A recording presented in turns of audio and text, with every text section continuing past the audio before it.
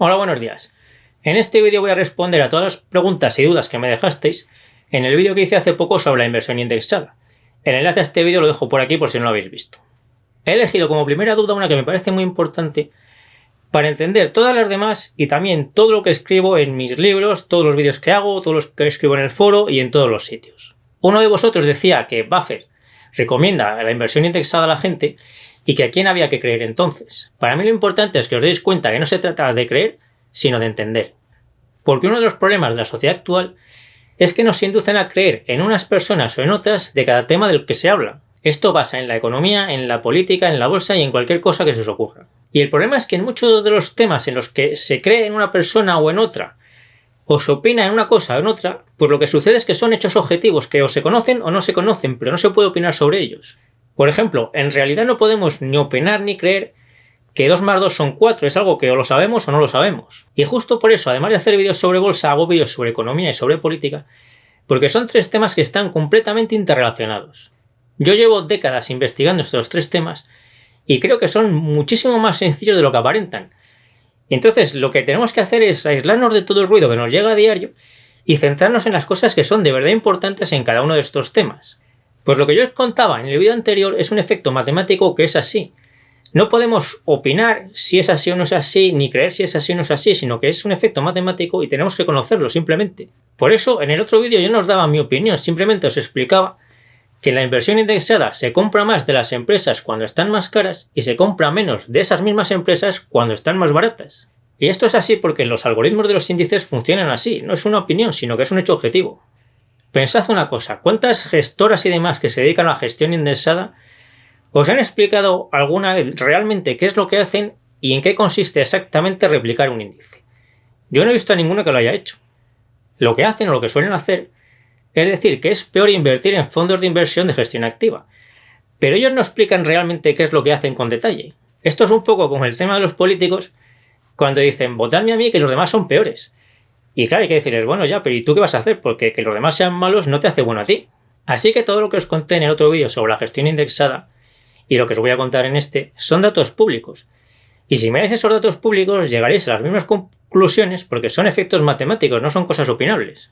Y todo esto es muy importante, no solo por la rentabilidad que consigáis cada uno de vosotros a lo largo de vuestra vida, sino también por la sociedad en la que queremos vivir. Yo quiero vivir en una sociedad en la que la gente sea libre e independiente de verdad y no en una sociedad en que la gente crea a unas personas o crea a otras, o crea unas cosas o crea otras, pero sin entender realmente lo que pasa. Vamos con las demás dudas que las he agrupado para tardar lo menos posible. ¿Qué pasa con los casos contrarios, entre comillas, que son las empresas que suben? Lo que pasa es que no hay casos contrarios a los que os puse en el otro vídeo. En el otro vídeo en los dos casos, las empresas caían entre los 2 puntos de referencia que usé. Pero funciona exactamente igual si los 2 puntos de referencia que se toman son 2 puntos en los que las empresas suben. Pensad, por ejemplo, en empresas que hayan subido mucho últimamente, como Iberdrola, Aztenex, Inditex o cualquier otra que queráis. Vamos a suponer que nuestra empresa del ejemplo sube de 2 euros a 12. Y para simplificar y hacer más rápido el ejemplo, vamos a suponer que su peso en el índice, el IBEX 35, el S&P 500, el índice mundial o cualquiera, porque da lo mismo, sube también justo del 2% al 12%. Está claro que no suelen coincidir los euros con los porcentajes en el índice, pero da igual hacerlo así o no hacerlo así en el ejemplo, así que lo vamos a hacer así para que sea más rápido y más claro. Porque esto no cambia absolutamente nada del tema que estamos viendo y así se ve mucho mejor y más claro. Lógicamente, los inversores indexados van a ganar dinero con esta subida, como es evidente y normal. Pero lo que yo os cuento es que invierten menos en la empresa cuando pesa el 2% e invierten más en la empresa cuando pesa el 12%. Cuando la empresa está a 2 euros y pesa el 2%, un inversor indexado que en ese momento meta 1.000 euros, invierta 1.000 euros, mete 20 euros en esa empresa. Y cuando luego sube a 12 euros y pesa el 12%, un inversor indexado que meta 1.000 euros está invirtiendo en esa empresa 120 euros.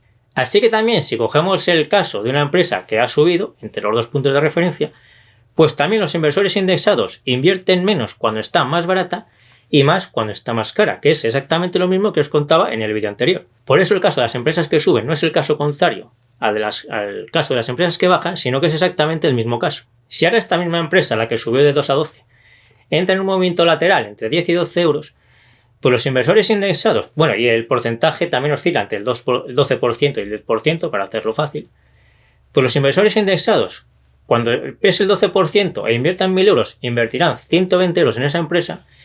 Y cuando esté a 10 euros y pese el 10%, al invertir 1.000 euros, invertirán 100 euros en esa empresa. Así que, como veis, en los movimientos laterales también se compra más cuando esté más caro y menos cuando esté más barata. Y no importa que a 12 euros el PER o cualquier otra ratio que miréis sea más bajo que cuando estaba a 2 euros. Y todos los algoritmos de todos los índices funcionan así: el S&P 500, el IBEX 35, el DAX, el CAC, el FTSE, cualquiera.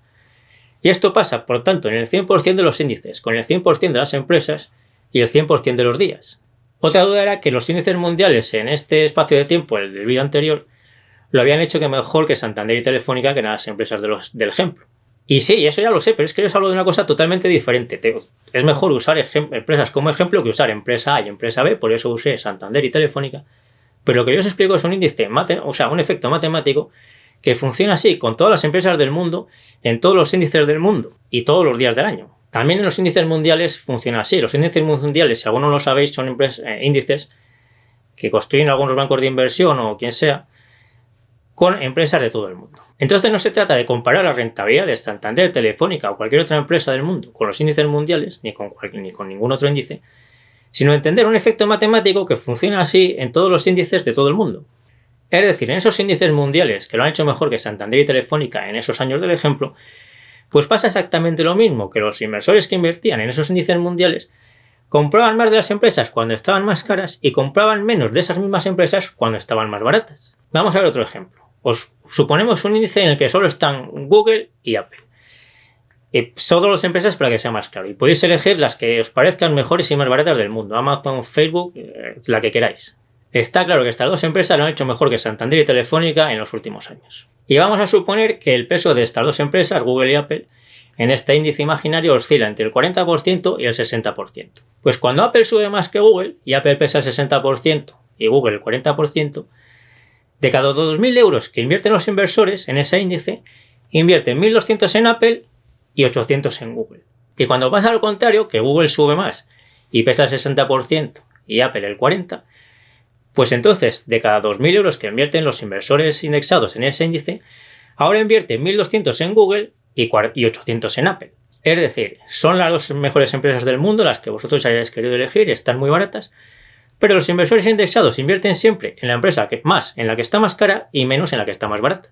Vamos a ver ahora qué pasa si compramos acciones de Google y de Apple directamente, y para facilitar el ejemplo, igual que en el caso anterior, suponemos que su oscilación entre el 40 y el 60% en el índice, traducido a euros, es entre 40 y 60 euros. Esos 2.000 euros los invertimos de forma que compramos 1.000 euros de cada empresa. Entonces, cuando Apple está a 40 euros y Google a 60, compramos 25 acciones de Apple y 17 de Google. Y cuando luego pasa lo contrario, que Google cae a 40 y Apple sube a 60, pues entonces invertimos 1.000 euros en cada una y compramos 17 acciones de Apple y 25 de Google. Es decir, haciendo compras de acciones directamente y por el mismo importe de dinero, lo que nos pasa es justo lo contrario, que cuanto más barata está la empresa, cada empresa, más compramos de esa empresa, y cuanto más cara está esa empresa, menos compramos de esa empresa. Así que es importante que os fijéis en esto. Los indexados siempre compran más de las empresas cuanto más caras están y menos cuanto más baratas están. Y haciendo compras de acciones por el mismo importe nos pasa justo lo contrario, que compramos más cuando las empresas están más baratas y menos cuando están más caras. Y hacer compras de acciones por el mismo importe, 1.000 euros por ejemplo, es algo súper sencillo que puede hacer absolutamente todo el mundo. Y para hacer compras de un importe fijo, no hay que saber nada ni de análisis fundamental ni de absolutamente nada. ¿Por qué entonces casi ningún fondo de inversión de los de gestión activa supera los índices? Pues por dos motivos. El primero es que compran y venden, y comprando y vendiendo te complicas muchísimo la vida y es muy difícil superar los índices. Y el segundo es por las comisiones. Pero fijaos en un detalle importantísimo. Y es que hace 20-30 años, en estos estudios que se hacían entre fondos de indexados y fondos de inversión de gestión activa, pues el resultado es que no había ningún fondo de inversión que superase a los índices con dividendos, o a lo mejor como mucho lo superaban un fondo o dos, que se hacían hasta famosos. Y en los estudios que se hacen ahora, pues los fondos que superen al índice con dividendos se miden en porcentaje, que a veces es el 5%, otras el 3%, el 8%, o el porcentaje que sea. Pero el caso es que ahora hay muchos más fondos, sin comparación posible, que superan a los índices de los que lo hacían hace 20 o 30 años. ¿Y por qué ha pasado esto? Pues esto ha pasado porque cuanta más gente invierte de forma indexada, más se deteriora la rentabilidad de los índices y más fácil es superar a los índices invirtiendo directamente en acciones. Porque la inversión indexada, para entenderla así rápidamente, imaginarla como mucha gente intentando entrar de golpe por una puerta muy pequeña, todos comprando y vendiendo a la vez las mismas acciones. Y cuanta más gente intente entrar por esa puerta a la vez, pues más desplazan todos ellos los precios en su contra. Por eso a las empresas que de por sí están algo más caras en un momento dado, la acción de los indexados les hace estar aún más sobrevaloradas. Y todo eso va deteriorando la rentabilidad de todas las personas que se indexan. De verdad que es importantísimo que entendáis, o sea, no que creáis a nadie, sino que entendáis cómo funciona de verdad la inversión indexada por vuestra rentabilidad personal y por muchísimo más que eso. ¿Y por qué la mayoría de los particulares tampoco superan a los índices? Pues porque la mayoría de los particulares también compran y venden, y en la mayoría de los casos ni siquiera siguen una estrategia, sino que lo hacen más bien por corazonadas. Y así tampoco se superan los índices, pero es que yo no digo que sean mejores que la inversión indexada, ni invertir en fondos de inversión, ni comprar y vender acciones por corazonadas. Ya sabéis que lo que yo recomiendo es invertir a largo plazo buscando la rentabilidad por dividendo. Y esto sí que creo que es más rentable que invertir de forma indexada. El tema de las ventajas fiscales. Los ETFs tienen ventajas sobre la compra directa de acciones, sí, eso está claro. En este tema pensad que las ventajas fiscales no las conseguimos los particulares, sino que las consiguen grupos de poder que tienen capacidad de influir sobre los gobiernos, como os conté en este otro vídeo que os dejo por aquí. Así que cuando veáis que algo tiene ventajas fiscales, sean ETFs o compra de viviendas, fondos de inversión, planes de pensiones o lo que sea, en lo que tenéis que pensar es en qué grupo de poder se beneficia de esas ventajas fiscales, que es el grupo de poder que ha conseguido esas ventajas fiscales. Y los que se benefician no son los particulares que invierten en esas cosas que tienen ventajas fiscales porque un grupo de poder ha conseguido que tengan ventajas fiscales. En este caso concreto de la inversión indexada, pues pensad que todas estas desventajas matemáticas de los indexados que estamos viendo las pueden aprovechar pues los grandes bancos de inversión o los hedge funds, que además de aprovechar esas desventajas matemáticas, es de estos ETFs y fondos de inversión de donde toman las acciones prestadas para sus posiciones bajistas, como os conté en el vídeo de GameStop, que os dejo por aquí. Por eso a estos grupos de poder les interesa y mucho que aumente mucho el número de particulares que inviertan de forma indexada. Y que esto les interesa a estos grupos de poder no es una suposición, sino que es una evidencia matemática que todos vosotros podéis comprobar con los datos públicos que hay sobre este tema. Y a pesar de esta discriminación fiscal, es más rentable invertir directamente en acciones. Un índice no puede quebrar, eso es así, y una cartera diversificada de acciones tampoco. Si quiebra una empresa, todos los índices que la tengan perderán. Y como en los índices hay todo tipo de empresas, pues es más probable, mucho más probable, que pierdan dinero con quiebra de empresas los inversores indexados que los que eligen directamente las acciones en las que invierten. Para invertir a largo plazo, claro, no todo tipo de estrategias. Y las empresas que se multiplican por muchas veces, pues la gran subida la suelen tener antes de entrar en los índices. Y una vez que entran, pues ya no tienen una rentabilidad tan espectacular y es más normal y más parecida a las demás generalmente. Que una empresa haya subido no quiere decir que esté más cara. Así es, y de hecho es que esto es lo habitual. Esta es la base de la inversión a largo plazo y por eso os recomiendo invertir a largo plazo, porque las empresas valen cada vez más. Entonces, aunque suban, pues como valen más, se gana dinero y se gana dinero de una forma sólida. Pero lo que os comento aquí es otra cosa. Pensad en la empresa que os parezca la mejor del mundo. Ha subido muchísimo, pero aún así está barata. Esa empresa ahora entra en un movimiento lateral entre 100 y 120 dólares, por ejemplo, para que se vea el ejemplo más claro, pero valdría con cualquier otro tipo de movimiento. Pues cuando está a 120 dólares está más cara que cuando hace unos días o unas semanas estaba a 100 dólares. Pues los inversores indexados compran más cuando está a 120 dólares y menos cuando está a 100 dólares. Tened también en cuenta el efecto del dinero nuevo que entra constantemente por la entrada de nuevos partícipes o por la reinversión de los dividendos y que se invierte siempre o se reinvierte, como lo queráis llamar, siempre con las mismas desventajas matemáticas que estamos viendo. Y que tenéis también en este artículo que os dejo en la descripción sobre la inversión indexada. Es decir, no está separado el dinero de los inversores antiguos, vamos a llamarlos así en STF, de los nuevos que entran ahora, sino que lo que se compra con el dinero de los nuevos se reparte, por así decirlo, también con los que ya estaban. Y ya sabes que cuanto más inversores nuevos y más dinero nuevo entra en los fondos ETFs, suele ser precisamente cuando la bolsa está más cara. Y este es otro de los motivos por los que es más rentable invertir a largo plazo en acciones que hacerlo en fondos, porque los gestores de los fondos de inversión suelen recibir las mayores cantidades de dinero precisamente cuando la bolsa está más cara y es el peor momento para invertir en ella. Pero los gestores tienen que invertir en ese momento esas grandes cantidades de dinero porque los estatutos de sus fondos y la ley les obliga a ello. Y esto no es error de los gestores de los fondos de inversión, sino que es que funcionan así. Bueno, ni fondos de inversión ni ETFs. Pero el hecho es que todo lo que se compre caro en esos malos momentos para comprar se reparte también con los inversores que llevaban años en ese ETF o fondo de inversión, da lo mismo. En ese artículo que os he comentado, que os dejo enlazado, por cierto, os considero que las comisiones de los ETFs son el 0%, porque todas estas desventajas matemáticas que estamos viendo no dependen para nada de las comisiones del ETF.